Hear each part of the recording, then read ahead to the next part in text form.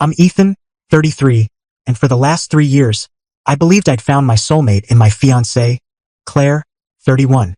We seemed perfect together, at least that's what I thought. I had a solid career, a home I'd worked tirelessly to own, and I was ready to build a life with her. Claire convinced me she was deeply in love, that we were partners, ready to embark on our forever after saying, I do. But then I uncovered the truth. She wasn't marrying me for love. She was after my wealth, planning to discard me the moment she could claim half of everything. I should have been furious, heartbroken. Instead, I smirked. Claire had no clue she'd just set herself up for failure. It all began innocently enough, or so I thought. Claire and I had been engaged for 6 months, immersed in wedding preparations. One evening, she mentioned she was heading out for a girls' night with her friends. No problem, right? Wrong. That night, I was working late in my study when her tablet buzzed on the desk. She'd left it behind, and I wouldn't have pried, but a notification caught my eye, twisting my gut. He's clueless. Lol. It was from her best friend, Mia. I hesitated, but curiosity won. I opened their group chat, and what I found was devastating. Not a misunderstanding or a cruel joke. A calculated, months-long scheme to marry me, take half my assets, and walk away. Claire, OMG, you're really going through with this? It's the easiest payday I'll ever have. Mia, you're ruthless. He actually thinks you're in love? Of course. I deserve this. 3 years of faking it. I've earned my reward. You mean half his fortune? Exactly. He's just a placeholder husband. Once the divorce is done, I'm free and loaded. I felt nauseous, but it got worse. Another friend, Sophie, chimed in. What if he fights you in court? Claire, Ethan's an idiot. He didn't even suggest a prenup. I made sure of it. Mia, damn, you've played the long con. Respect. Just a few more months of pretending I care. Then bam. Divorce payout. I'm set forever. They were laughing, mocking me, treating me like a disposable cash machine who'd foolishly fallen for the wrong woman. My world crumbled as I stared at the screen. I could have confronted her, thrown her out right then. But instead, I exhaled and grinned, because Claire had made a critical error. She underestimated me, and now I was about to become her worst nightmare. I wasn't just going to walk away, that'd be too simple. She'd spent 3 years pretending to love me, manipulating me, making me believe in our shared future, all while plotting to ruin me. She thought she was winning a game. She didn't realize I'd just rewritten the rules. The next morning, I took the first step toward her downfall. I met with my attorney, Daniel, who dealt with plenty of opportunists like Claire. I showed him everything. The tablet messages, her plan to divorce me and take half, her belief I was too naive for a prenup. Daniel leaned back, smirking. She's going to regret this. Together, we crafted an airtight, unassailable prenup. Key terms included. If she files for divorce, she gets nothing. If infidelity or fraud is proven, she owes me a penalty. All assets acquired after marriage remain mine alone. My house, cars, and income, untouchable. This wasn't just a prenup. It was a trap. A legal minefield Claire was about to step into. The toughest part was pretending I was still the same oblivious, lovesick fool. I kept up the act. Kissing her, discussing the wedding, letting her think she had me fooled. Claire wouldn't sign a prenup without suspicion. She thought she was clever. So I set a trap. I arranged a fake call with Daniel, ensuring Claire overheard just enough. In my study, I spoke loudly enough for her to catch fragments. Yeah, the prenup's no big deal. Just routine. I'd never hold it against her. Pause. Come on, man, you think I'd take money from Claire? She's not after my stuff. Another pause. No, she's fine with signing it. It's just a formality. I heard her pause outside the door. I grinned, she'd taken the bait. That evening, I brought up the prenup casually. Babe, Daniel says it's standard stuff. But if you're worried, we can add something for you. Her eyes narrowed. Like what? I shrugged. Maybe a clause that gives you a small payout if we split. Like a fancy vacation or a little cash. So you feel secure. Claire sighed dramatically, flashing her best fake smile. Fine, if it makes you happy, I'll sign. But only if my clause is included. I pretended to waver. You sure? You don't have to. She grinned wider. No, babe. I don't want you to feel bad. It's just paperwork. She thought she'd outsmarted me, securing a small win. But her clause was legally meaningless. Daniel and I ensured it was vague and unenforceable. When she signed the prenup, she believed she'd won. In reality, she'd handed me the perfect weapon. I wanted to laugh, But instead, I kissed her forehead and said I loved her. The trap was set. With the prenup signed, I began preparing my revenge. I quietly moved my assets to secure accounts, stopped funding our shared wedding account, and encouraged Claire to spend lavishly, knowing she'd never see a cent of it. Meanwhile, Claire grew bolder, bragging to her friends about her upcoming divorce, planning her post-marriage life, even slacking on the affectionate act. I just smiled. She had no idea she'd signed away her future. On our wedding day, Claire thought she had me right where she wanted me. She played the devoted fiancé perfectly, believing the prenup was a harmless formality. She was about to walk down the aisle into a trap. The wedding was her dream come true, not for love, but for greed. That morning, Claire was radiant, not with love but with smug confidence. Her bridesmaids, Mia hyping her up and Sophie nervously complicit, surrounded her. Claire had chosen the priciest venue, racked up my cards with extravagant wedding expenses, and flashed her fake, adoring smile, thinking she'd soon be free. I watched, playing the clueless groom, the man blindly in love with his scheming fiancée. The placeholder husband, who didn't suspect his bride was waiting to betray him. She had no idea I was waiting for her to make her move. As she walked down the aisle, everyone saw a stunning bride. I saw a woman marching to her own ruin. At the altar, her grip on my hand was just a bit too tight, her final act of deception. "Do you take this man as your lawfully wedded husband?" the officiant asked. She beamed. "I do." I smiled back. "And do you, Ethan, take Claire?" "I do," I said calmly, certain. She thought she'd secured her prize. But as she placed the ring on my finger, she sealed her own fate.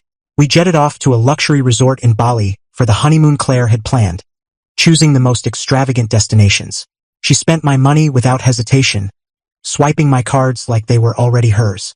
I let her, letting her dig deeper, thinking she was in charge. She played the perfect wife just enough to keep me fooled, or so she thought. I catalogued every lie, counting the days until she made her move. Because when she did, she was finished. 3 months into our perfect marriage, Claire started laying the groundwork for her exit. She thought she was subtle, starting petty arguments, hinting that couples sometimes drift apart, mentioning financial security, just in case. She was testing me, trying to make divorce seem inevitable. Then, one evening, she made her move.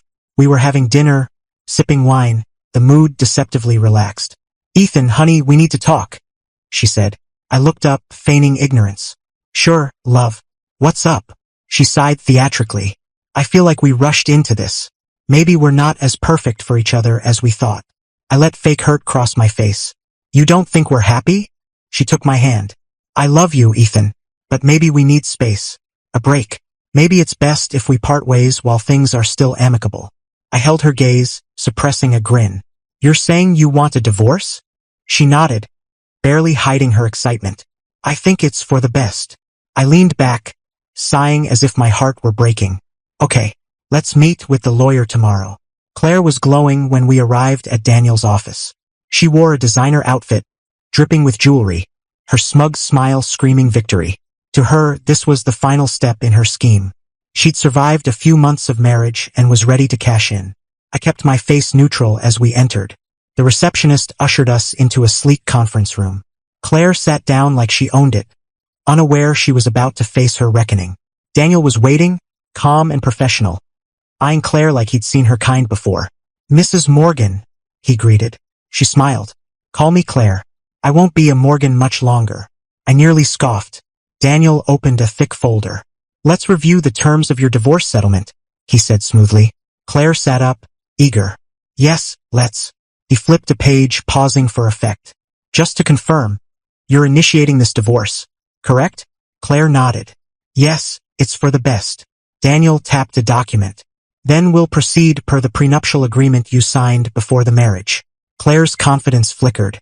"Wait, prenup?" Daniel didn't look up. "Yes, the legally binding prenup you signed.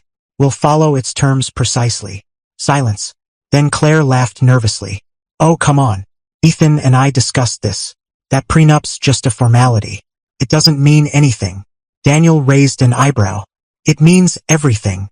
He began reading. Per the prenuptial agreement, if Mrs. Morgan initiates a divorce, she receives no financial compensation, assets, or support from Mr. Morgan. Claire's smile froze. Daniel continued. Additionally, due to clauses regarding infidelity and financial deception. Her head snapped up. Excuse me, what? Any proven intent to deceive or defraud Mr. Morgan financially results in a penalty payment owed to him. I leaned forward, resting my chin on my hands. Claire, you really should have read the fine print. Her face paled. Her nails dug into the chair. No, she whispered. This is a joke. Daniel remained unfazed. It's legally binding, and your signature is on every page. Claire turned to me, eyes wide. Ethan, honey, let's talk privately. Why? I asked coolly. I thought I was just a placeholder husband. Her breathing quickened. That was just talk. It didn't mean anything. Daniel cleared his throat. Actually, it did. Thanks to Mr. Morgan's investigation, we have messages, recordings, and evidence proving your intent to commit financial fraud. Claire gasped. You spied on me? I smirked, mimicking her tone. Oh, relax. It was just a precaution. I trusted you, remember? Her hands shook. She turned to Daniel. This can't be legal. I'll fight it in court. Daniel didn't flinch. You're welcome to try, but you'll waste your time and money. Per the agreement, you're liable for all legal fees for both parties if you challenge it. Claire looked like she might collapse. Reality hit, she wasn't getting half. She wasn't getting anything. Worse, she owed me money. The next few weeks were glorious. Claire tried to fight, but the prenup was ironclad. Her friends learned the truth and mocked her in their chats. She became a social media laughingstock, exposed as a failed gold digger. Even her family turned on her. Her mother called me, saying, I didn't raise her like this. She got what she deserved. But the best part? The moment Claire realized she'd destroyed herself. She didn't just lose the divorce settlement. She lost everything. 4 years, she'd crafted an image as a polished, high-class woman. Now she was a punchline. Mia and Sophie ditched her, not out of morality, but because nobody wants to be tied to a public failure.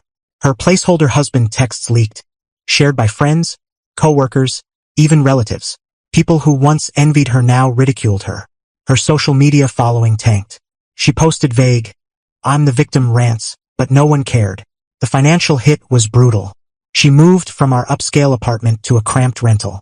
Her credit cards, maxed out. Her shopping sprees, over. The glamorous life she flaunted, gone. For the first time, Claire had to work. She applied for marketing jobs, but employers searched her name and found her scandal. No one wanted to hire a known schemer. She ended up in retail, folding clothes at a mall, a far cry from her luxury brunches. I hadn't seen Claire in months. I didn't think about her, didn't care. Then one day, I walked into a cafe, and there she was, sitting alone. She looked drained. The confidence vanished. The smugness replaced by weariness.